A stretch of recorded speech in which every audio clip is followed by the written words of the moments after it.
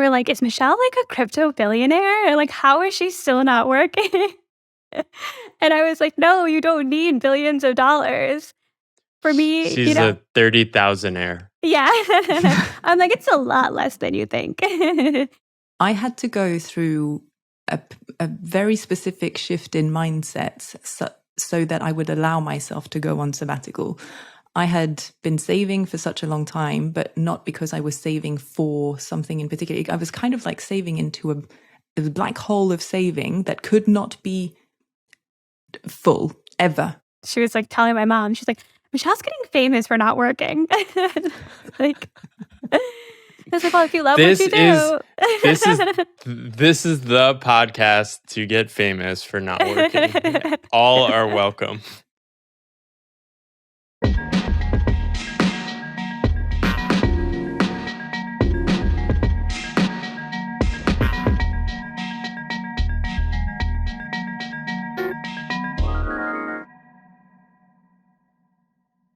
Today, we are talking about sabbaticals. I am really excited about this episode. I am talking with two internet friends, Michelle and Cécile. Michelle, I met through my wife, who was taking rite of passage and said, you got to read some of this writing. It's so good. Michelle had left her job at the end of 2020 and decided to turn that into a planned sabbatical, taking a longer break, and is pursuing a creator path right now. She has some amazing writing and essays about this. I am going to link all that up in the show notes. We are also talking to Cécile, who after 10, 11 years of working in strategy and consulting, definitely resonate with wanting to leave that, took a year break.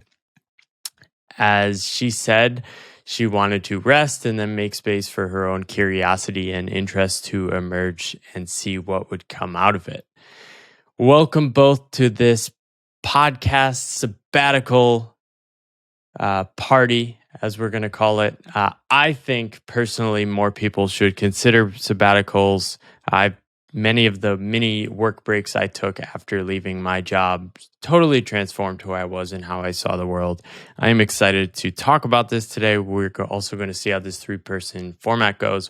Welcome to this podcast. Very excited Thank you very much. to be here. Very excited to be here too. Thank you so much. Yeah, so I will do my best to call out the names to sort of signal who to talk next. I also would love you guys to ask me questions, ask each other questions. I might start with Michelle. So you've written a bit about taking a leave from your job. You left that job and you sort of realized, okay, I want to turn this into something more intentional. Maybe give a little background to how long you had been working and what was kind of bubbling under the surface before you took that break. Yeah, so I had been working for about 7 years, 6 years in tech sales. And in my last year of work, I had joined a new company and essentially I was let go in the end. And for the last 6 months of my job, the writing was on the wall. People were getting let go left and right. And I had decided to just work really hard. And I started to feel that anxiety that comes up, all of those things that you would expect when you sort of feel something is potentially going to end. I was very attached to my job, very attached to the job title, and I did not want to leave. So I was really putting my all into it. And so by the time that time came, I was let go. The company was really, really sweet about it, but I realized that like mentally, I was like, I need a break. I really can't handle the same thing I've just been doing for the last 6 months. I'm not naturally a very anxious person, but I was while I was working. And so I was like, I was thinking about taking a break. I was living in Austin at the time. My lease was ending and my parents were in my ear, like great Indian parents. They were like, why don't you come live with us for a little bit? You can save some money. You can take a little bit of extra time off. And I took them up on that, which was such a blessing. And because I was starting to consider moving back home, selling my furniture, getting rid of all my stuff, I was really thinking like, hey, if I'm going to do this, if I turn around in 2 or 3 months, it almost felt like a waste of money to be like moving back and forth and doing different things like that. So I consciously decided I'm going to take a year off. I'm not going to interview. I'm not going to take up any requests on LinkedIn. I'm just going to take a little bit of time to, one, relax, and also start to really think about my career and what direction I want to go. Amazing. So I have so many questions and want to get Cécile's intro out of the way before we dive in. Yeah, so very similar. There are some things that are so similar to what you've described, Michelle, and some things that are different. So, so as Paul mentioned, I'd been working for roughly 11 years in consulting. I started off with 3 years in consulting and then spent a lot of time doing commercial work and a lot of strategy and transformation work for big businesses. And in the last 5 years, 6 years almost of my career, I'd been working for the same big business in the UK, in London, and had been doing some really cool strategy and transformation work for them to basically, it's a company that is taking a leadership role in driving the energy transition. So it felt like my job had a really big impact. It was really meaningful to me.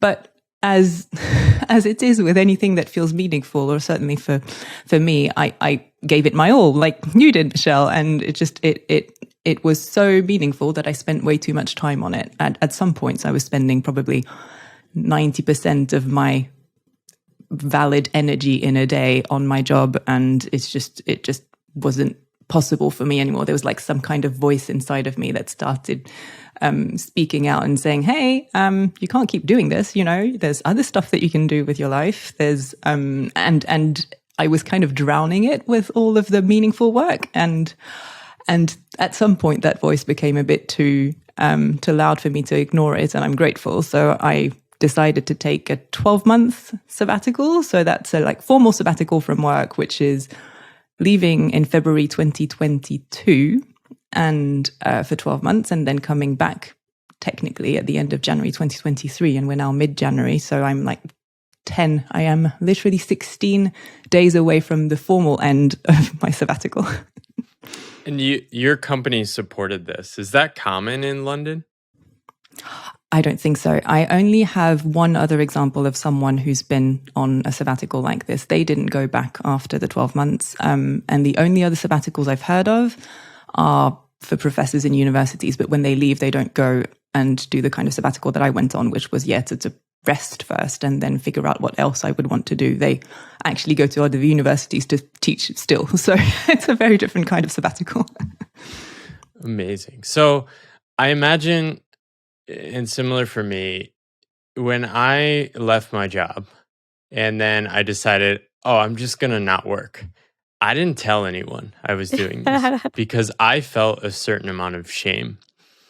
How did you both sort of think about how you communicated this to people? I'm also interested, Michelle. It sounds like your parents were somewhat supportive, maybe a little more if you moved back home. I understand that, being married to a Taiwanese woman who, like, her parents would love for her to move back home, which is not the norm in America.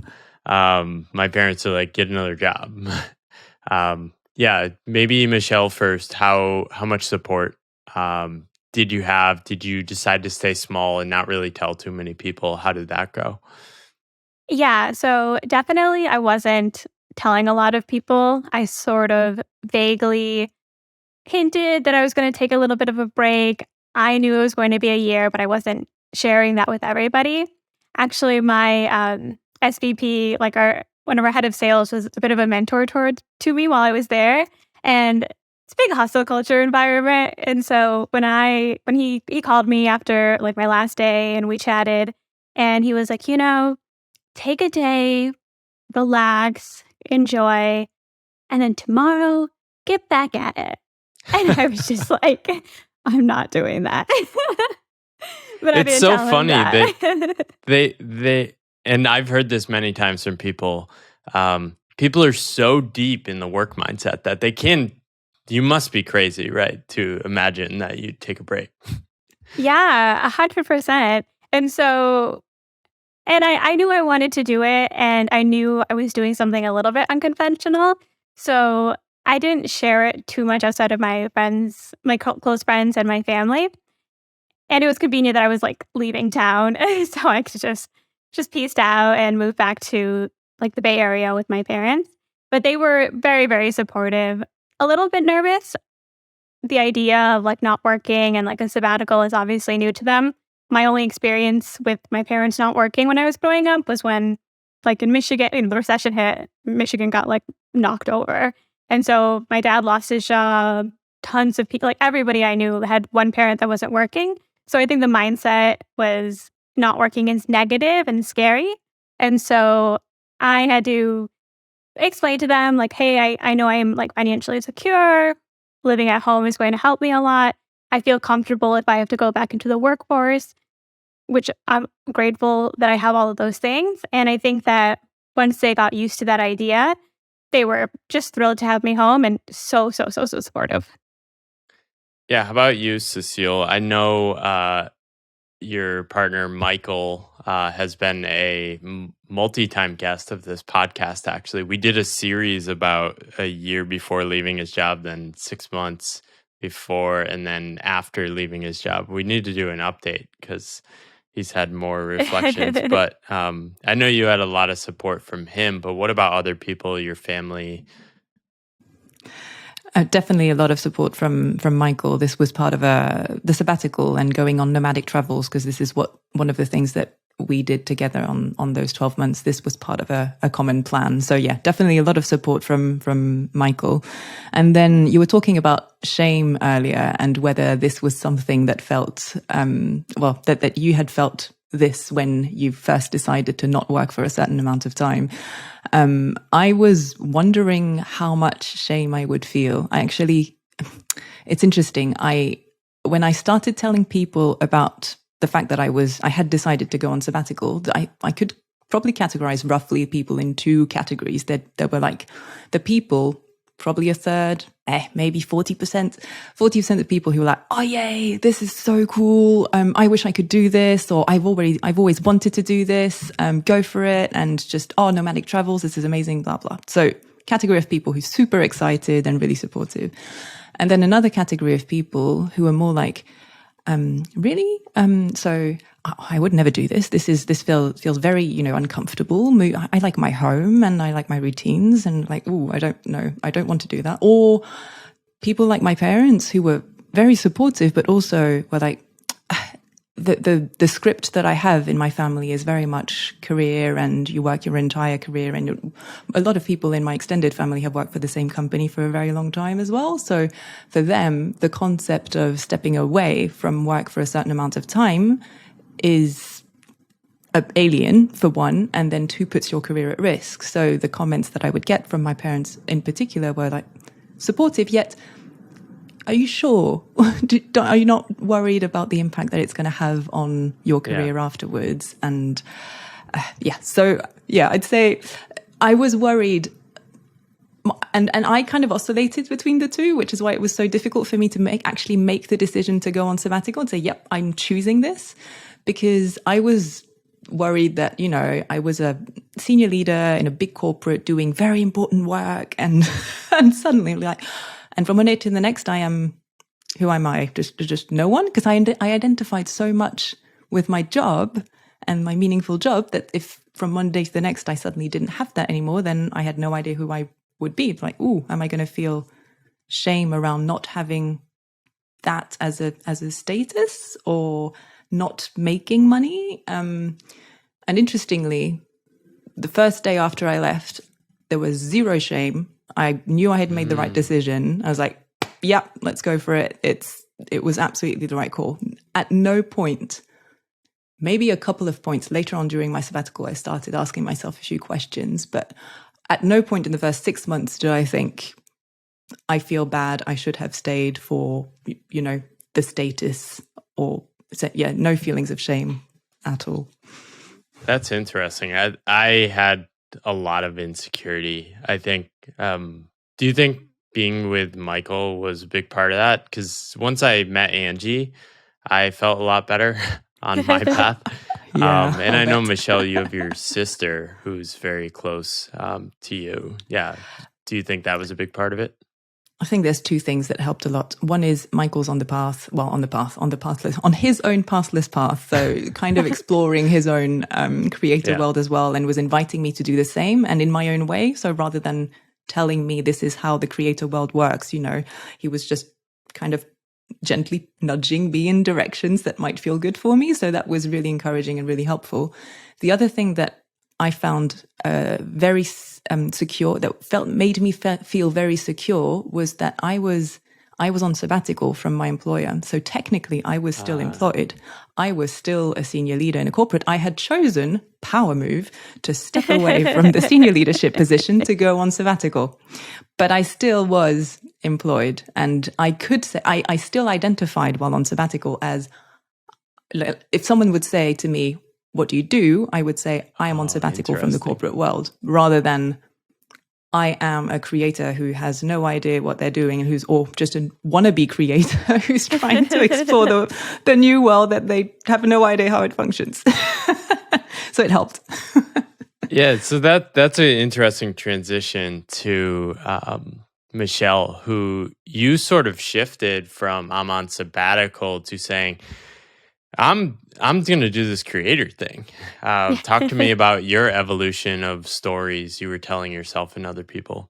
Yeah, I relate to a lot of that. It's funny because first off, I think sabbatical is like the rebrand of the century because when I left my job, I was just like, I'm unemployed. I'm not working. And especially once I knew I wasn't working and I started to get a sense that I wasn't going to go back. I think I heard someone use the term sabbatical and then I was like, oh, I'm on an unpaid sabbatical. And I was like, why do I have to tell people that? And then I was like, Yeah. oh, I'm on a sabbatical. And it sounds so nice in comparison. But there's still a lot of people would ask me like, oh, what do you do with your day then? Like, what are you spending your time on? And I think that's where it really hit the things that I was really insecure about because one, I felt the same way as Cécile. I didn't realize how attached I was to my job title. Like I work in sales. I thought it was a good job, but I never, it's the shortest conversation in a bar. Like I never thought it was that interesting. But to have nothing and then to also not be able to really point to a specific project or justify how I spent 40 hours a week felt very, very discouraging to me. I was like, Yeah. a lot of introspection had to happen for me to like really realize that I had to deprogram from the corporate world and realize, okay, just because you're not working 40 hours a week doesn't mean you're not useful. Just because you're not making money doesn't mean you don't have value. But that took time. And I completely relate to this idea that I think if you can just like quit your job and feel great about yourself, that's amazing. But I definitely had to do a lot of soul searching and a lot of looking at my ego and understanding that I had a lot of scripts in my head that I didn't even realize. Yeah, you wrote, there was this nagging feeling inside of me that I wasn't a productive member of society if I wasn't working profitable hours. Man, that is like in the soup of our culture, especially in the US, definitely in England too. Like, what the hell is this? This is not the point of life, right? Yeah, exactly. And it's funny looking back and even talking to people now who are more in like the creator space. Everyone's like, well, weren't you working on your podcast? And I was like, yeah, I was, but that was on weekends with my sister. And I, spent a day editing it. But Doesn't count, right? yeah, it's wasn't making money. I wasn't spending all week on it. I'm spending a lot of time just enjoying myself and enjoying my time and spending time with my parents and watching Wheel of Fortune. Like it wasn't crazy exotic, but I was like very happy. And so it was interesting to feel that tension of feeling like I didn't have an identity, but also feeling very comfortable and satisfied and happy with my life. Yeah, Cécile has an amazing quote, which I'm just going to keep quoting both of you. Your writing is so good. People should read all the stuff I'm going to link up. But Cécile writes, turns out that taking a break from your job and uprooting yourself from your home to go figure out what to do next will not magically tell you what your next step should be. How surprising. And then the second part of that, to fill the void, I found it tempting to schedule a bunch of day trips, hikes, sites, markets, etc. This is really interesting because this is something that Angie and I struggled with, I think. When we went nomadic and she left her job the second time, I had already been experimenting a couple of years ahead of her. She just started wanting to like play tourist every day. And I'm like, we need to rest. Like we need to take it slow and like ease into the journey. Maybe talk a little bit about both those things, Cécile. So I'm both happy and sorry that you've had to go through the same that you and Angie have had to go through the same experience. Certainly for me, it comes from just a character, part of my character as well. I think I'm just a doer.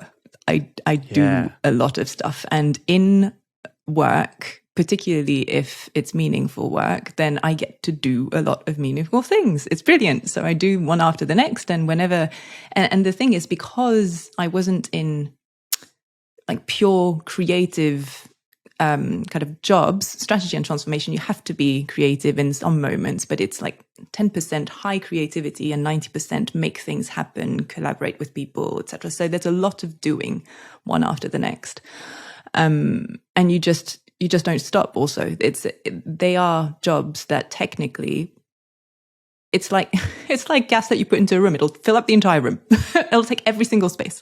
So that kind of work is the same thing. You pour it into someone, and for me, certainly, it took up every single minute that I was agreeing to give to it in a way. And it made it put all the responsibility onto me to put boundaries between myself and my job, which I clearly became very bad at because I was spending too much time on my work. But there's that doer energy. And I don't know if Angie, if you first, Paul, you could feel that as well, you know, when you first started and you moved into your sabbatical. And I'm curious about whether that's the kind of energy that Angie had before she went into the creator space as well. But that's the energy that I had inside of me for such a long time, school, university, work. I just couldn't just drop it from one day to the next. It didn't happen.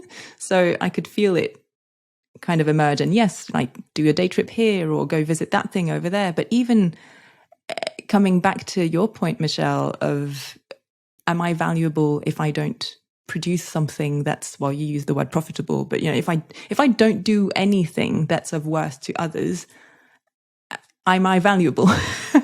Is my day worth something? My script was certainly I need to make for something that's useful for others, so that I'm worthy. And that's the thing that I had to undo in the beginning of the sabbatical. So I kept myself busy for a few weeks doing a bunch of stuff, and slowly I started interrogating each of the desires I had to do things to try and figure out, am I doing this just because I want to be busy and to demonstrate that I'm doing stuff, or is this something that I genuinely want to do deep inside? And that was the whole first phase, transformational phase, I would say, of my sabbatical, which was to reconnect much more closely with my own wants and desires. And I had mostly forgotten how to do that. I knew how to identify the big ones, but I had completely lost the connection with the small ones that pop up here and there.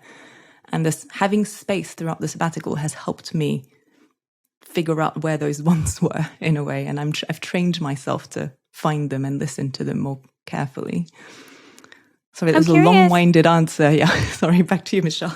Well, I was going to say, I'm curious, do you remember if there was like an inflection point or something that happened that made you sort of make this shift, or was it gradual over time? What sort of led to that mindset shift for you? I think it was gradual, but there were inflection points where I realized, oh, that thing I've been doing for the past week, I was wrong. This was something that clearly I was doing to keep me busy. And I was lying to myself throughout the entire week that this was something I deeply wanted to do. It's like, right, this is useful information, very sharp feedback loop at that point. And then it made me a lot more capable of identifying those possible lies that I was telling to myself in the future. So I can think back to like one of the projects that I'd made up for myself, which was to make, well, I'm curious about the projects that you guys made up for yourselves when you first started to, but that was one of my doing projects. Like, I've always been interested in neuroscience. I love visuals. I love design. I love kind of summarizing a bunch of stuff. So I decided to listen to a bunch of podcasts from Huberman, which are brilliant, neuroscience podcasts, but they're very, very long. And I am technically very bad at learning through audio. So I have to do something with the words that come through my ears if I want to remember them. So I went through Huberman's podcasts and basically took notes, summarized them into visual summaries. And I was like, yay, this is awesome. So I made one. So pumped with it. It's like, yes, I'm going to make several of those. I'm going to learn neuroscience, help others who can't listen to 2 hours of podcasts at the same time. And it'll be awesome. And then I committed to doing 6 of those in a couple of weeks. Doing one was probably 5 or 6 hours. And after doing 4, I was like, I'm not enjoying this anymore, but I committed to 6. You created a job I'm going to do the other yourself. 2. Yes, absolutely. But I only realized this retrospectively. That's interesting. And that was one of the inflection points. I was like, and then later on, whenever some new ideas like that, project ideas popped up, I was like, is this a Huberman thing? Just testing. Yeah, my experience with this is sort of unusual in that I've always just had this default objection to working in a job. Like, I always just wanted to escape it, and I dealt with it by changing jobs often and trying to maximize my vacation days, minimize my hours, which I did really well compared to my peers. And then when I left my job, I didn't have any work to do. But I hadn't discovered this slower sort of contemplative state of non-doing. And like basically the phrase I use now, and like I sort of say to Angie when we're getting overwhelmed, it's like, there's nothing to do. Sort of this like deep, it's sort of like a deep universal truth. There's nothing to do. Right. And I learned that through basically taking a break and blocking out my work. And in that space, I experienced this state that was so connected. And I sort of forgot who I was. And I think, as Cécile was saying, these forgotten hobbies is a phrase I use to describe sabbaticals, always seem to emerge. Right. It's like, oh, I used to like this and like that and like enjoy these things. What forgotten hobbies emerged, or forgotten thoughts, or forgotten reflections on who you were emerged as you leaned into that more contemplative mode?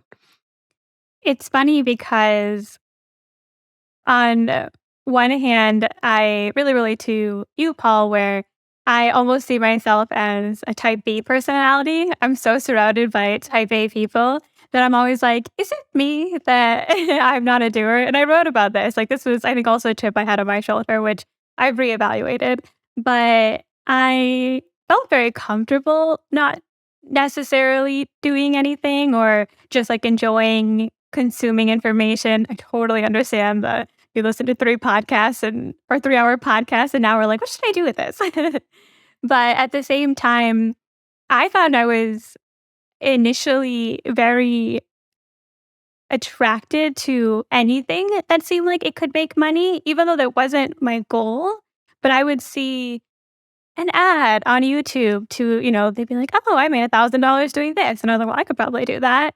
Or I would try to like look at little ways to make money. And I had this moment where I was like, if I want to make money, the best thing I can do is go back to the job that I was just working. Like, if that's the goal. And the whole point of taking a sabbatical, not working, living off my savings is to detach myself from that. So I think I had all these like weird things that I was doing first, like, $10 doing like a survey or just filling my time with really useless, not meaningful things. And I ended up shifting that to essentially being like, I'm not taking money for anything. And just helping my friends if they had sales questions for me or helping people with negotiating their contracts. Like those were things that excited me. Like I enjoyed having those conversations with people, but I knew I didn't want to monetize that or make that a job.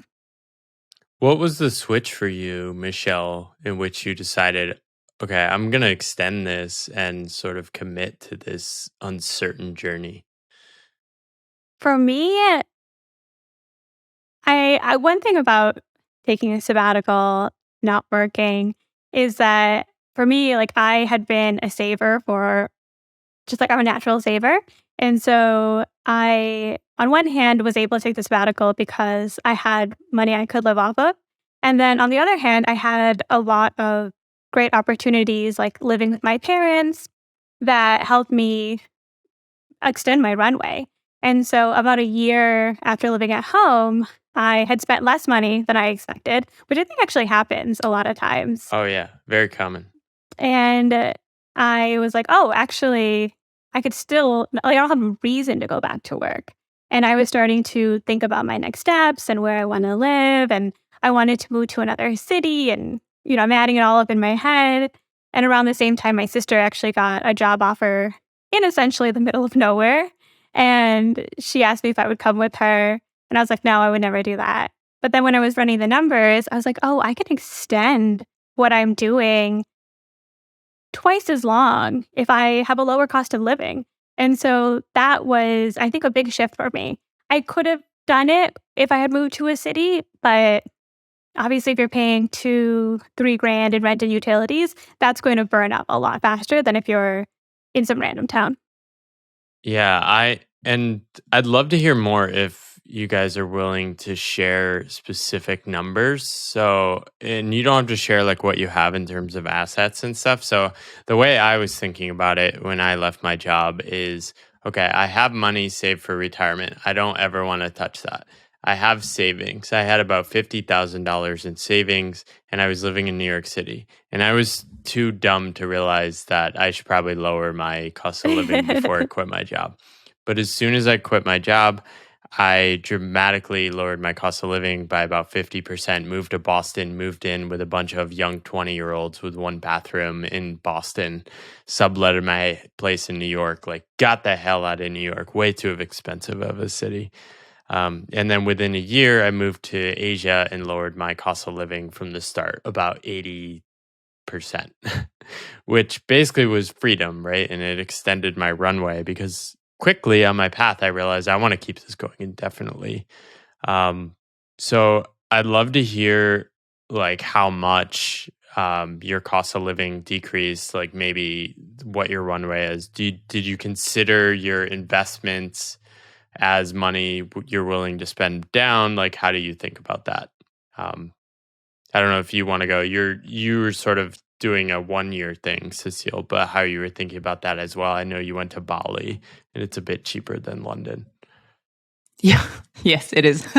I mean, just as a point of comparison, actually, just before we left London, we had finished our rental contract, so we needed 2 nights in a hotel, which were It's going to be $250 a night. So that was like $500 for those 2 nights. Bali rent for a month was $750. So just as a point of comparison, London versus Bali, there you go. So I suppose I was having a 12-month timeline means that it's closed in time, which helps when you're looking at designing a budget and thinking about money. I'm like you, Michelle. I'm a natural saver. I like the expression actually, so I'm going to use it in the future. So I'm a natural saver as well. And I had enough money aside to pay for this and not need to dive into my retirement money, like you were saying, Paul. And I had decided that probably I would need 30K for 12 months. 30K pounds or US dollars? Pounds, which is probably, I don't know what it is now. Is it 35? Yeah, well, a bit more USD, but it wouldn't go 40. It's like low 30s. USD. That's about what I landed on after a year. Even in the US, I was like, okay, I can make this work on 35, 40 US. Okay. And it surprised me. Including Asia, your time in Asia, right? No. So Asia, I was making it work on like 20. Yeah, and it sort of surprised me how many things fell out of my life. One, because I wasn't busy and I could walk places instead of taking a lift and take a 45-minute walk or like take a bus because I didn't care. I wasn't in a rush to take a train or something. Did any things fall out of your life pretty quickly, even while you were still in London before going to Bali? So yes, I mean any outings in London, restaurants, drinks, exhibitions, theatre, whatever. All of this is super expensive. So all of this would fall out. The thing is, I replaced that with something else. So with what? I actually have I don't have it in front of me. If I had thought ahead a little bit more, I would have pulled my spreadsheet out. I actually have a spreadsheet that looks at the 12 months and kind of buckets, puts everything into big buckets of how I spent it. I ended up spending more than 30K, by the way, for 1 year. So I kind of split it in between the costs of living, like the basic essentials, rent and food and, accommodation, not rent really, and local transport. Then I had a bucket with the costs linked to nomadic travels. So anything relating to visas, flights, trains, vaccinations and all of that. So that was quite a big bucket as well.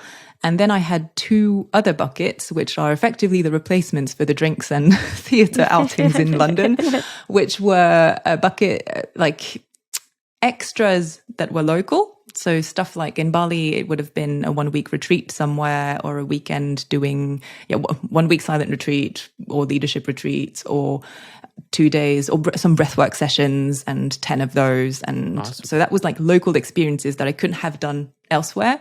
And then the final bucket was online experiences, which ended up being online learning.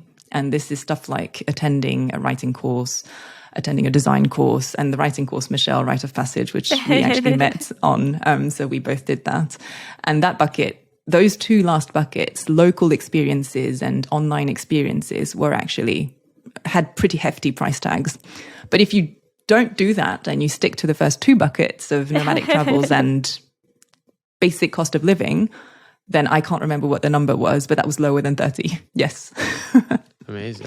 And I wonder, Cécile, like how many of the things that you were doing that you did in this past year did you like regret or felt like you had to do? It's kind of a leading question. I actually don't think I regret anything because the thing is, I like to say that when I started my sabbatical, I made sure that I didn't have a plan because I was worried that my past full-time work self would create a plan that my sabbatical self would not want to follow. So I made sure that my plan was expressly to have no plan apart from make sure, because I'm still a bit anxious about those things, I still had accommodation for the first 3 months and flights and visas, all of that was sorted out. But after that, no accommodation. We could go wherever we wanted and wherever it was one of those practices of listening to our inner wants, and both mine and my partner's, Michael's, and then communicating about those and figuring out what we wanted to do next. So technically, it just, because we connected each of us and with each other on our internal ones, I don't think I'm regretting anything, or even if it didn't feel quite good to do, and I don't even have an example right now, to do something. Stay 4 days in Singapore. That costs a month in Bali. Same thing. Like, why did we do that?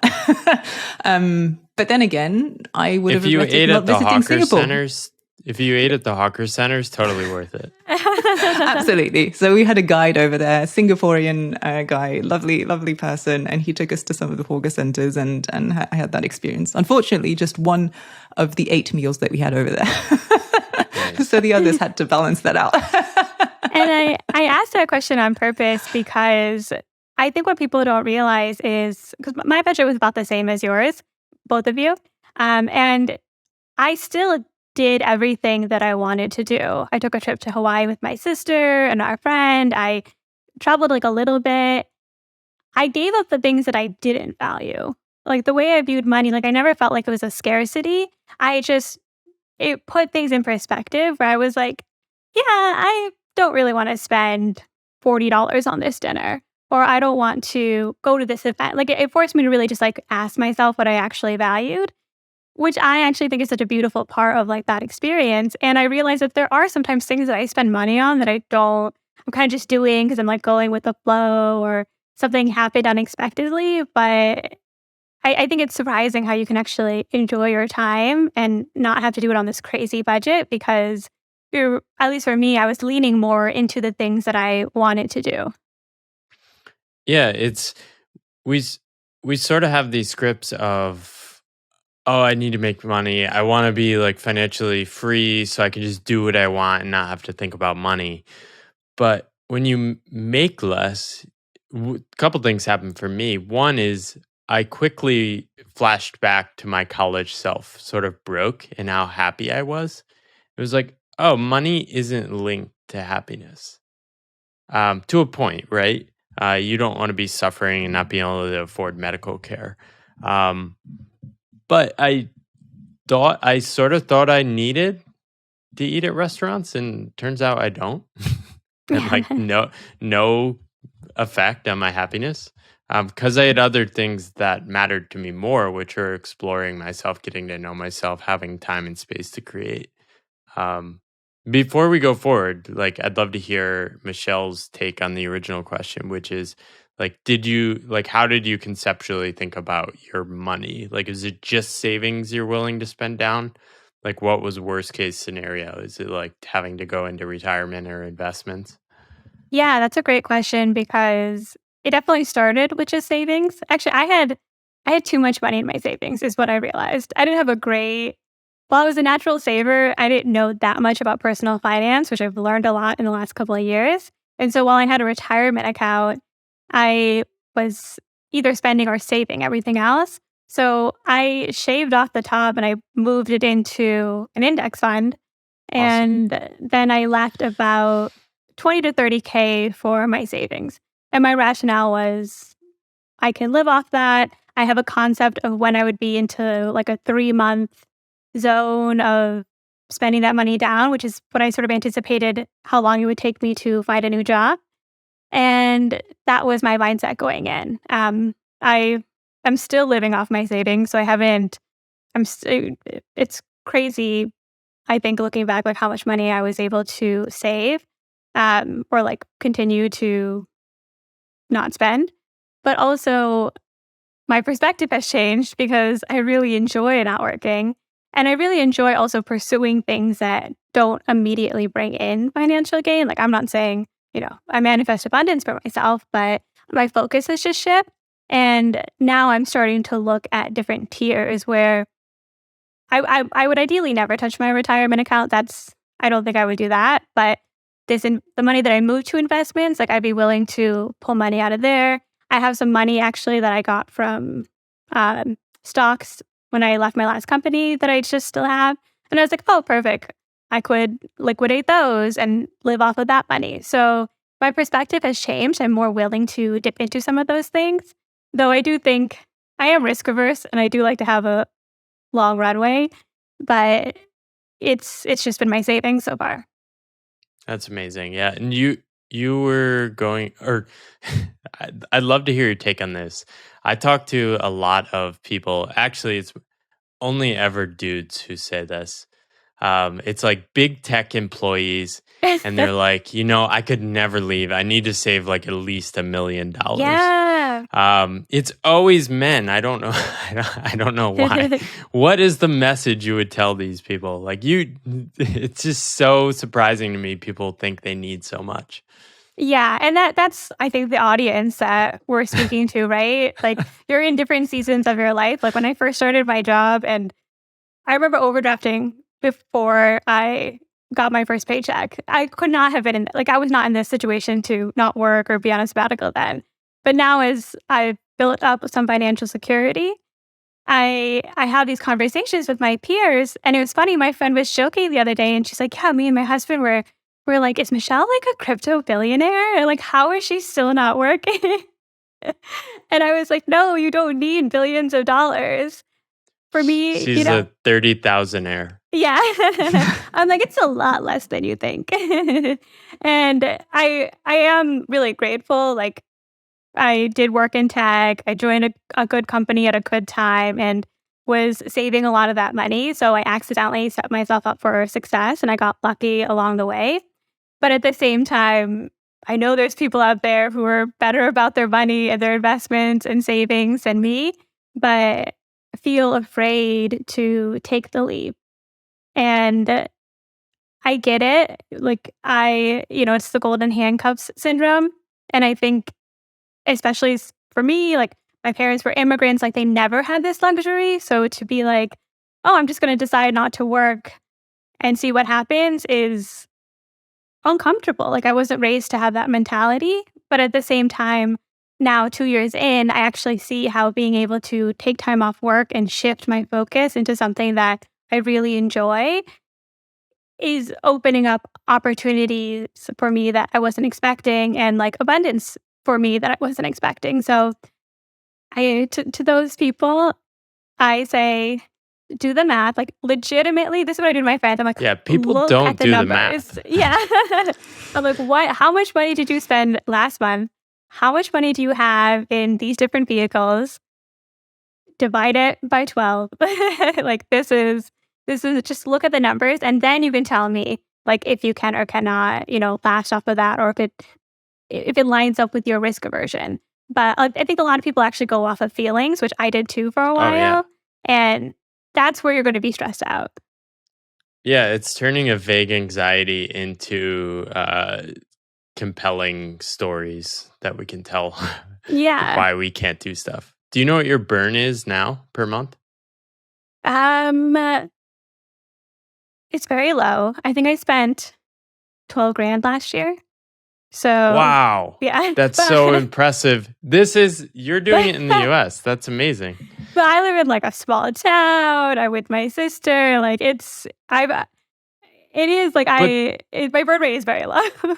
But it's very possible. Like, Yeah. I think this is the thing. People have so many stories that, like, how could you possibly live on less than 100 grand? And you see this on like Twitter and stuff. And I'm like, you don't have to live in San Francisco to take time off. But yeah. And I get that. Like I did live in San Francisco. I was eating out every single meal. I was going to every event with my friends. I was drinking a lot. Like my lifestyle looked very different maybe 5 or 6 years ago. And I enjoyed that time and I traveled a lot. And it was just for me, the reason I wanted to stay out of work was to try to think about something different and see if there's a different way to create my life. And so that's why I've chosen, I'm not saying everyone should move to the middle of nowhere, but there's different ways to do it.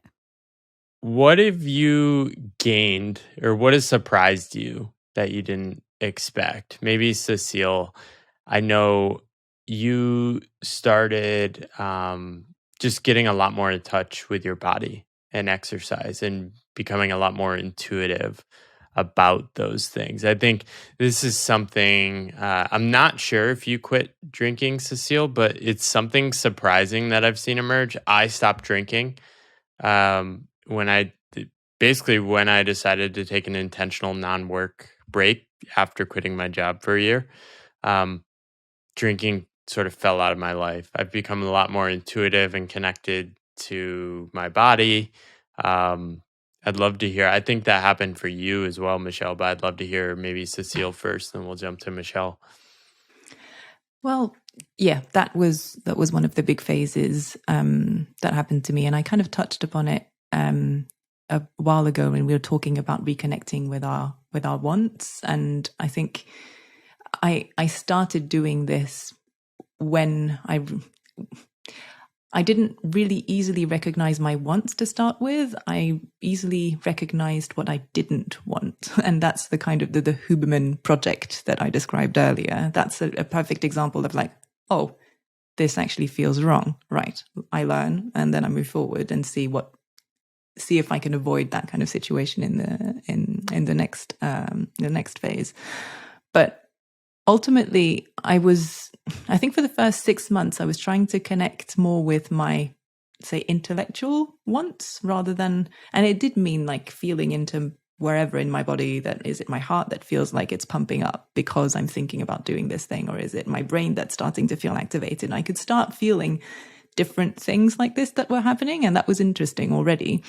But then when we got to Bali, things changed and increased one notch again, because Bali, for those of you who have been, Paul, I know you've spent some time there. Michelle, I'm not sure if you have been. No. Well, it's a place where I'm going to compare it to London. Bali is full of nature. It's like jungle. It's just alive everywhere. So there'll be just green everywhere, particularly in the space that we were living in. Animals everywhere. You just can't live without animals in your rooms. We had lizards. We had obviously mosquitoes, spiders, other things just always there. And you have to live with nature. And yeah, I mean, I'm saying you have to. It's a great chance because you get to kind of, you connect with nature a lot more easily just because you're truly within it. And in comparison to London, you live in the fourth floor of a big building and you've got a series of layers of concrete or bricks that are between you and the ground, and you never really have your feet that touch the earth. It just doesn't really happen. So you can't, going to use the word co-regulate that Johnny Miller would use in those situations when he talks about the nervous system. But you can't co-regulate with nature just as well as you can in Bali. And when we arrived in Bali, we had a small terrace, not a massive terrace, but just enough such that we could step out onto the terrace in the morning, look at what they called it a garden, but it was a jungle with monkeys in it. So look out onto the garden, and you had just enough space to exercise, and the sun would come in. You feel that on your skin. You feel the activity of the animals that are in the jungle around you. And you start, and it suddenly it feels very different to start exercising and stretching in those circumstances when you compare that to going into a London gym between 1 and 2, when you finally figured out that you could have a break at this point during your day, and you run onto the treadmill, you lift a few things and you run back in front of your laptop and you keep working. That is a very different form of exercise than the intuitive exercise and stretching that you can do when you're genuinely connected to your body and to nature around you. So that was, for me, hugely transformational. Yeah. And interesting, Paul, that you mention alcohol as well. So I sometimes drink alcohol. I'm not a teetotal, but very rarely, and I don't enjoy it that much. I drink a glass sometimes to share when I'm sharing a meal with people. So already I didn't have that as a lever to help me feel more connected with my body, but I did have sugar. and stopping to eat sugar, stopping sugar, or at least lowering significantly my intake, meant that I kind of stopped being as wired as I was when I was eating sugar. And I realized at that point that I was kind of using it as an energy boost. So I don't drink coffee either. So people will use caffeine as an energy boost or drink a tea or something. I don't do that, but I do have sugar. So whatever, a bit of honey on some bread or something. And when I'm stressed out and suddenly kind of structures things, or it gives me a boost to go into that call and do something else. And I realized that I was doing that, and sugar was my energy boost, but it did kind of push down other feelings of that my body would have tried to make known. So yeah, what about you, Michelle? Is there anything like this that that got you to feel more in touch with your body or with your wants? Yeah, I relate to a lot of that, but probably in a less beautiful setting.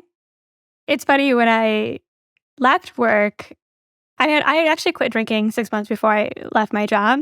So in that sense, it's a little bit unrelated. But I had been starting to be like a little bit more in tune to my body. And part of the reason I quit drinking actually was because I wanted to focus more on my work to some extent. Like I knew it was having a negative impact. And then I also was so stressed and like thinking about work all the time that I was like, I cannot lose, days to being tired and such. So that was, a positive thing that came out of a negative thing. But then I moved home and I was eating a lot of Indian food, a lot of rice, I usually don't eat a lot of sugar, eating a ton of sugar. Like my diet, my first year was insanely bad. Like my parents are Indian. I grew up in the Midwest. So their baseline for what's healthy is not That's a it's not. dangerous combo, Indian plus Yeah. Midwest. Right. Like I like that's my background. Like it's not like when you're in California, people eat like salads and don't eat ranch, and it's like a very different experience. But yeah, so my diet was very poor actually. And because of that, I was tired a lot. And I found this kind of shoddy like Excel sheet that this guy had made, and I started tracking my energy. So I would like every hour like rank like how I felt. And it made me very aware that eating these big meals was making me really tired, which also then made it difficult for me to want to do anything. Like I would take naps, and I think that's why I felt very lazy during that time as well. And in the time that I've moved out of my house, my diet is a lot better. I cook a lot more for myself. It helps that I don't have a lot of options, but I do enjoy cooking. And I'm just a lot more aware of like, if I have a heavy lunch, that's going to affect how I feel in the afternoon. So I've definitely made some tweaks along the way. Amazing. So Michelle wrote something. It's Cécile. You wrote, I've slowly, both of you write very similarly. You guys should read each other's stuff, but I don't know if you have. Cécile left me feedback when I was writing my sabbatical essay, and I was so excited about it because when we had met, she had mentioned, like in the group that we were in, like someone was like, "Oh yeah, like if you're not working, like how are we going to think about making money and all of those things?" And Cécile was like, "Yeah, I'm just trying to enjoy my sabbatical." And I like made a note of that because I was like, "Yes, I relate to exactly how you're thinking." And she left the most thoughtful comments on my sabbatical essay that not only helped me write a better essay, but also some of the things you said, like you were the one who implied that I was no longer on a sabbatical because I was like, yeah, I'm like, it's crazy. I'm not working anymore. And you're like, you're doing a lot of projects and stuff. It seems like you're shifting into a new part of your life.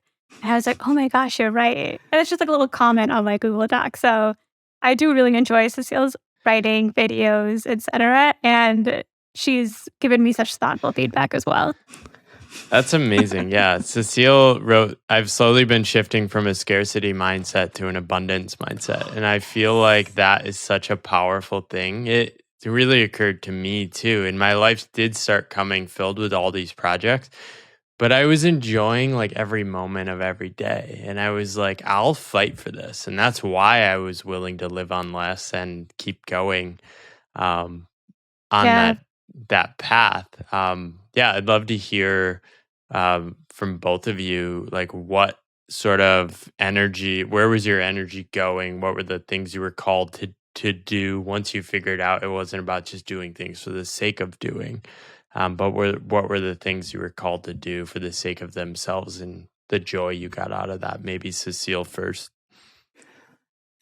I'll absolutely answer your question. There's something I would like to say about the abundance mindset, which is something that past me would have, when I was thinking about going on sabbatical, I was worried about a few things that turned out to not be true once I was on sabbatical, and they're very linked to that shift between scarcity mindset and abundance mindset. But very quickly, maybe two examples. One was money. And so I know we've touched on that topic already, but I had to go through a very specific shift in mindsets so that I would allow myself to go on sabbatical. I had been saving for such a long time, but not because I was saving for something in particular. I was kind of like saving into a black hole of saving that could not be full ever. I just needed more. And it was like for future house or for future whatever. And I had loads of examples of things that I wanted to use it for. But it was basically such that future Cécile will be safe. Whatever happens, she'll be fine. And the more money I pour into this, the more I'm certain that at any point in time in my life, future Cécile will be safe.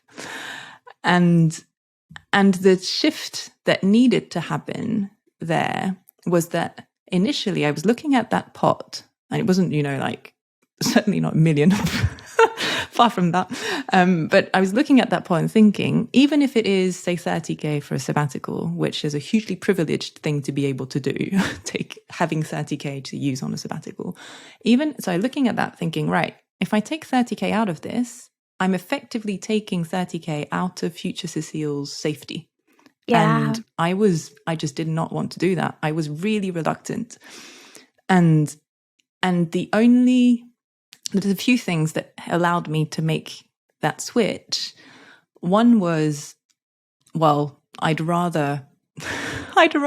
think there was an element of, I'd rather spend 1 year now when I'm 35 at that point with loads of energy and loads of, creativity. And rather than wait until I retire and then do all of this stuff, I'd rather do that now. So like, okay, this feels like the right time.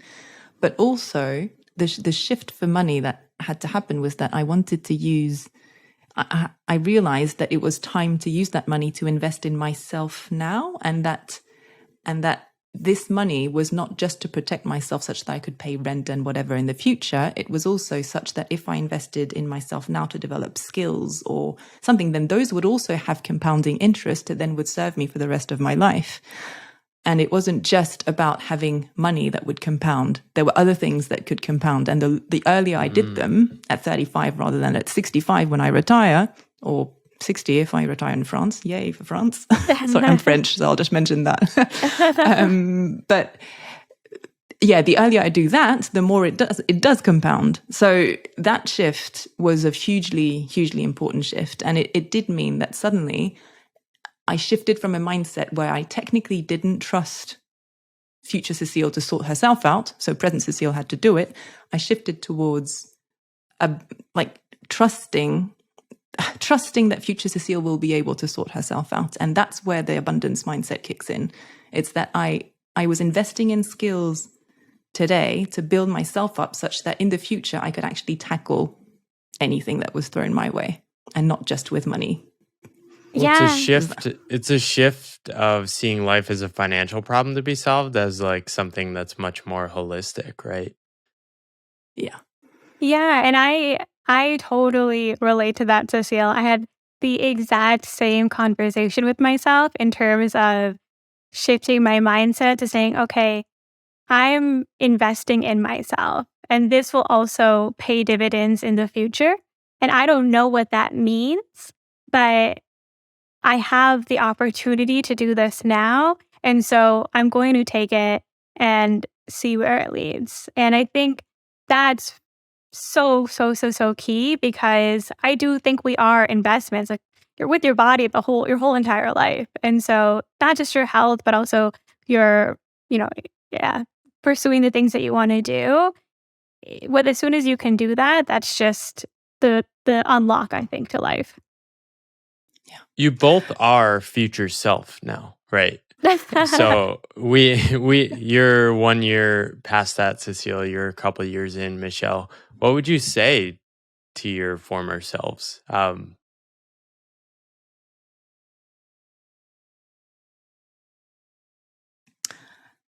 That's a tough question. So I've been writing for my past self and for other people who are worried about their future selves. So that's kind of what I've been doing. So I've kind of been telling my past self about all the good stuff that was coming up so that I would, in a way, it's kind of reassuring myself that yes, this was awesome and this was worthwhile. And when I look at everything that I have done and I've written about, and I've stored a lot of it in my website, but not all of it. Some of it is just internal shifts that have happened that I can't even describe easily. And sometimes I just kind of look at my new website, and I would never have imagined a year ago having a website. This is just completely brand new. I had zero online presence apart from a LinkedIn account with 3 posts on it, a Facebook account that had been closed off 3 years ago, 0 online writing, 0 podcast, 0 newsletter, nothing. And from 0 to where I am now, which is website, 1,200 followers on Twitter. I'm not posting right now because life is a bit hectic as I'm moving back into London, but just things.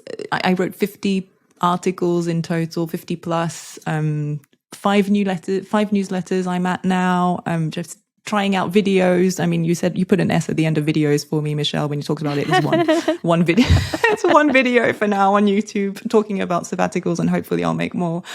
I think I would say to my past self, just trust yourself. And I think that's what I needed to hear, because when you're making the decision of whether you're going on sabbatical or not, for me, it was quite hard. You can weigh the pros and cons as much as you want, but at some point you're going to have to take a leap of faith.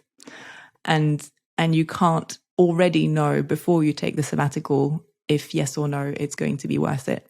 So for me, it's like, make as much space as you need for your curiosity and your own wants to emerge, and then you can't be disappointed. Trust yourself that you do have wants, even if you can't feel them right now because they've even been overwhelmed by the grind.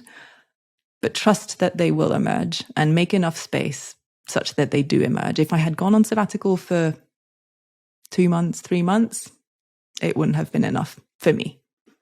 I think trust yourself is exactly the same thing that I would say. The dots, as they say, connect when you're looking backwards. And I think I would tell my past self, it won't make sense until much later down the road than you're expecting. It's going to be a journey. It's not going to be all great. But at the same time, it's funny. I think if I told myself 2 years ago, yeah, you're still not going to be working in 2 years. You're going to be living in a remote town with your sister, like 2 hours away from a single airport, I probably would have started updating my resume. Like, I had no idea my life was going to lead me here. And it's just... You forgot that, and you would love it. And you would love it. And actually, you're happier than ever. It's funny. You don't know where you're going to end up. And I think that's also part of like the shift in the abundance mindset. I think that you mentioned, Cécile, is especially when you're starting out, especially when you're going through a lot of this introspection and internal battle and trying to figure out your value outside of your job, it's hard to imagine that whatever it is that you do choose to do with your time is going to compound the same way it's going to compound whether or not you stay in your job. And I wish I had a little bit more faith. It's hard now to talk to other people because I'm like, it'll be fine. I think you're going to be okay. And nobody really likes to hear that. Yeah, that's beautiful. And what role has writing played for you in this path? Maybe talk a little bit about writing and creating, Michelle. We can shout out David Perel, who I think has just created like a great onboarding to making friends and sharing ideas online. What role has that played, and have you started to make some money from some of the things you're working on? Yeah, so writing has been a game changer. Rite of passage has been completely transformative for my life. Like, I have no reason to say that except for the fact that I believe it. And I can point back to Rite of Passage for every single thing that's been going great. right now in my life. This podcast is one of them, opportunities coming my way, connecting with really cool, intelligent creators that are out there in the world. That has made the last few months a completely different experience in my sabbatical journey. And I think it happened when it needed to happen. But I was, even though I had started a podcast with my sister was the one that actually pushed us to publish. I still had that like perfectionism and nervousness about putting content out into the world. And I really, really wanted to write. I wanted to write for a long time. I thought that's what I was going to do after college and hard left into sales instead. So I knew I wanted to do it. I just couldn't push myself to do it. And so that's why I signed up for Rite of Passage. That's why I decided to make that investment. And you're exactly right. You go for the writing, and I have been publishing consistently. My work has been attracting such a wonderful community, great comments, great emails, a lot of positive feedback, a lot of people willing to share their stories. I wouldn't have even known that not working was interesting to anybody had I not started to put my stuff up into the world. My sister was joking with my mom the I'm other your day. target market. I love reading this stuff. My sister was like, just when I told her I was going on this podcast, but just with everything that's been happening in my life, she was like telling my mom, she's like, Michelle's getting famous for not working. Like, I was like, well, if you love what you do. This is the podcast to get famous for not working. All are welcome. The stars do align, I'm telling you guys. But you started making a little money too, right? Yeah. Well, actually, I don't know if we're talking about the same thing, but I technically have a small job now. I'm like a total fraud. I'm like working a little bit, but that's because but this is the thing, right? You sort of like, there is this whole world of like gigs, like you can do freelance work, and it's actually very hard to find freelancers and independent workers who are available because most driven people have jobs, right? So if you're available, people will start trying to hire you. Yeah. Honestly, I was surprised almost immediately after I left my job, and the economy was in a better place like a couple of years ago, but people kept offering me jobs, even when I would lie and say I was working. And I was like, what is going on? Like, I don't want to work. That's why I had to make the decision to not interview for a year, because it felt like I was literally interviewing for a job that I didn't want because my old like boss had helped connect me to that. And so I was like, okay, I'm not working. I need to like stay focused on that. And now instead, because I've been writing and like sharing my thoughts on things and my values, I was able to attract a really cool opportunity that I did want to do, which is I'm helping Daniel Bazzalo with his small bets course, and I'm doing some admin work for him. And it's nice because I'm in the groove anyway.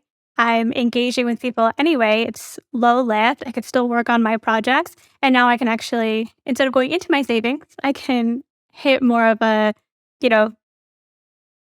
net to zero level. So yeah, that's great. It's really exciting. So yeah, I am working. It's all aligned. But I just started 2 weeks ago.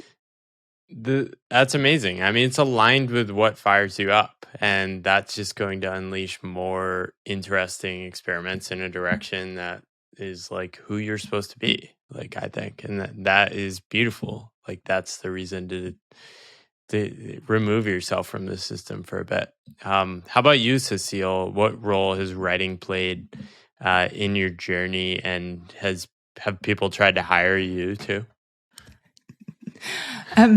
So I won't repeat what you just said, Michelle. I think it's very true. So writing and putting yourself out there is a wonderful way to invite other people to connect with you. So instead of you having to do all of the work to reach out to others that you will connect well with, you make the effort of writing a good piece that is compelling enough, whatever it is that you want to write on and whatever format you want to use, put it out there and people will find it and they'll reach out to you. And it works. That piece of writing works when you're asleep, when you're doing something else. It's brilliant. So that I completely endorse, and I love I love that. I've met a lot of people who've connected with me saying, "Ooh, this piece that you wrote was really interesting." And then they gave me ideas, and then it kind of builds up. And then it helps also you, or it helped me certainly build up on my own ideas.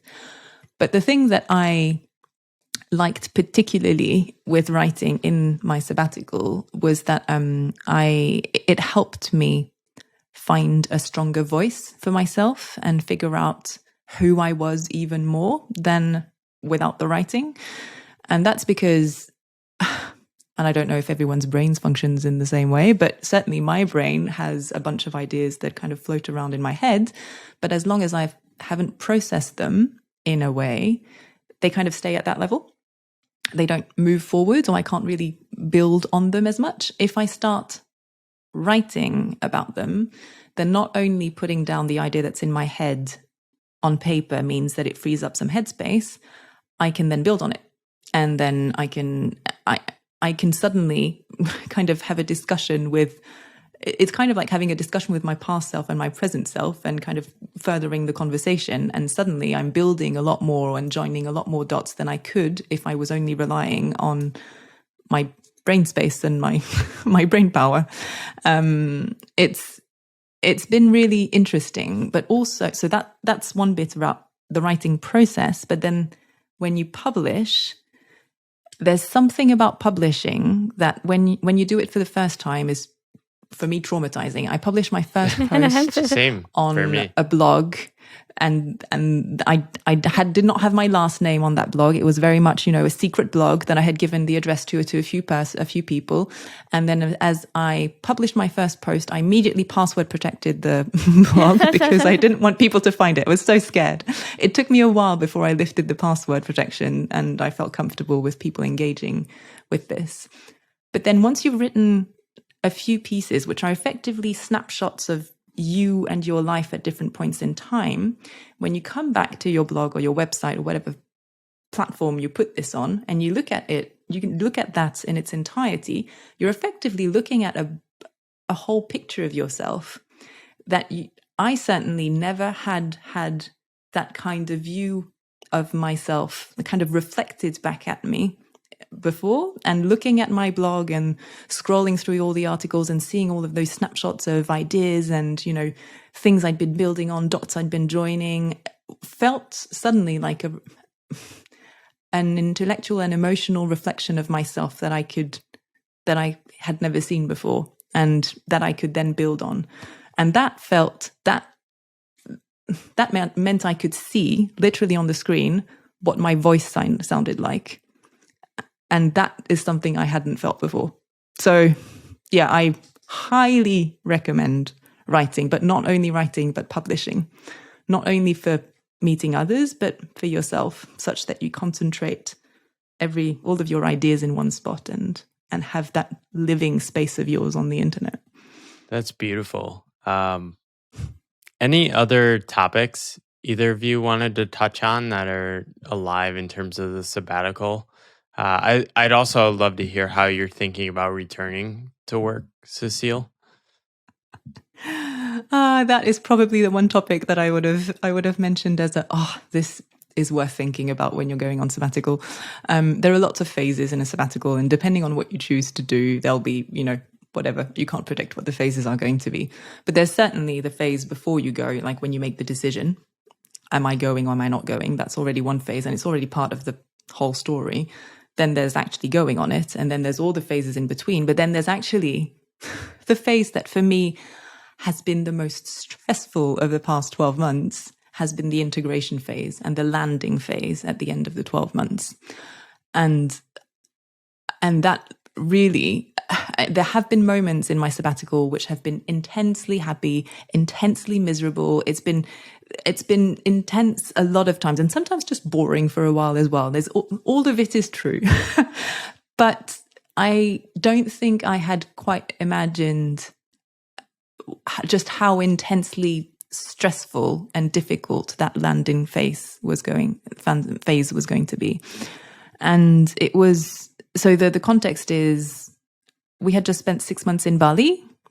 We're returning to London and France for a few weeks, and I had to make decisions around whether I was going to go back to my job or not. If so, where would we live? If not, where would we live? And that would open up a bunch of perspectives that were a lot more varied than if I had that job, which is not remote. It's based in the outskirts of London, or outskirts, far away from London. And then once, where would we live? And then how would we rent? Would we buy? There's basically so many life-shaping decisions needed to be made in such a short period of time that it was honestly really stressful. And at the same time, we were moving back from Bali, which had a certain energy vibe, back into the London grind and the London winter and the London Very buzz, different. some of which are, positive things, some of which are quite hard and kind of reawaken your past, or my past grindy self, like the past me that was living in London and, was buzzing all the time and just wired. I could feel that person coming back, and I was like, whoop, no, I don't want to fall back into that. I've awakened parts of me that I want to keep. So how do I manage that integration? That's actually, so doing that in parallel to figuring out the job, the flat and whatever, all of this stuff is actually quite a hard thing to do and hard to convey just how stressful it can be. But the decisions kind of have all been made now, I think. Hopefully everything works out okay. On Monday, I decided to accept a job at my previous employer for interesting reasons. So it's a job that is really interesting, that will help make a difference in, again, industry, in the industry and in the energy transition. And it's a 4-day-a-week job that will help me. So for 2 reasons. One, this means that I have 3 days a week that I can focus on my own stuff, and it kind of shifts the balance from a 5-day full-time working week to this other stuff that I discovered is important enough that I'm ready to give up on some salary to keep exploring it. So 4 days a week was a non-negotiable aspect for me of returning back into work. And the other non-negotiable aspect was that the job needed to be something that would be complementary to what I want to develop on the side as my own business and as my own thing. So the job that I'm moving back into is a strategy job that I've never done before, and I don't think there are many opportunities to do in the world. It's a company that is effectively, just simplifying a bit, but just transitioning outside of a bigger company and becoming its own company with its own strategy, its own culture, its own purpose, and transitioning that into a culture that will attract the right people who want to genuinely make a difference through that company. I've actually seen a lot of people take sabbaticals and return to work, and I think a lot of people are surprised that they have a new sense of self and their degrees of freedom and their boundaries, which is a lot easier after taking a break once you're a little older, rather than just going head first into the working world. So it'll be interesting to check back up, and please keep writing about your experience, because I think it will be valuable to people. Michelle, anything else you wanted to share or bring up? Yeah, I think as a closing thought, part of the reason I feel so excited and encouraging and want to have as many people reflect and see if they have an opportunity to go on a sabbatical or take time off of work is because I really saw the value in it, just the ability to detach yourself from your corporate identity, especially again in American culture. We really value work in a way that is so deeply tied to our identity that I think is unhealthy. And if you are unsatisfied with your job, or you find you're unsatisfied with your life, it's a really, really great opportunity to go back, reflect. And the point is not to just take a vacation necessarily. I think the point is to actually realign yourself with your values and what's important to you, and see if maybe there's a different opportunity for you, or if there's a way you can go back to what you were doing before, but in a way that's more fulfilling to you. Yeah, I love that. A lot of people approach life with the assumption that you work for 40 years in adulthood, and Goodness. that's 480 months. So I tell people figure out how to fight for 3 months of that time. In those 3 months, the universe will give you signs about what to do next. And the upside is your whole life might open up and you'll find a path which you'll never regret for the rest of your life. The downside is you miss out on 3 months of income. Maybe you have to wander around for a few more months to get a job, but somebody will hire you. People are always looking for people that want to work. But yeah, it's such a beautiful thing. And over again, 99% of people, I talked to one person one time that said, I took a 3-month sabbatical and it was terrible. The thing is, she was in Pennsylvania and her husband was working full time the whole time and she didn't do anything or leave or try anything else. 99% of the time, people love sabbaticals and highly recommend them, wish they took them earlier, and so on. So I really appreciate both of you sharing your experiences. Where can people learn more, and any closing supportive thoughts you want to leave with people? Yeah, for me, you can find me on Twitter at MV as in Victor, ARGHOOSE, Mbargoose. And that's the same name that I write under as well, but everything is attached to my Twitter account. You can check out my podcast with my sister. We talk a lot about how to set yourself up financially so that you can pursue a life that you want on status post adulting. And otherwise, if there's something that resonates or that you want to talk about, feel free to reach out to me. Like, I love chatting with people about this type of stuff. I think it is so personal to every single person. So I'm always happy to dig in and see what your options really look like for your specific situation. And for me, I think I'm going to use the same option as the one you went for, Michelle. But my Twitter account is probably the place where you can find everything that I've got. So it's at Cécile, CECILE_MCM. And I'm linking there to my website, and you can easily find me on other platforms as well. But yeah, on my website, you'll find my writing. You'll find the neuroscience summaries from Huberman as well, if you're interested in them. They're pretty cool. And you'll find a bunch of other stuff. Also, a kind of learning platform kind of that I created on my website that summarizes all of the really cool learning opportunities that I went on during my sabbatical. So that's like online courses that were really good, and I kind of concentrate all of them onto this place. And there's some really neat stuff on there. So I highly recommend you have a look at that. And I highly recommend that you listen to more stories on Paul's podcast, because this is the kind of stuff that gives you inspiration.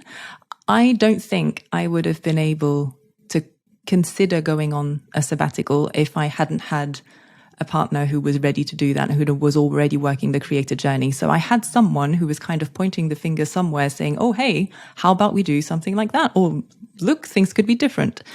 And if you don't have those people around you, whether you know them or whether they're on podcasts like Paul's, then you might never have that idea. So keep listening, see what resonates.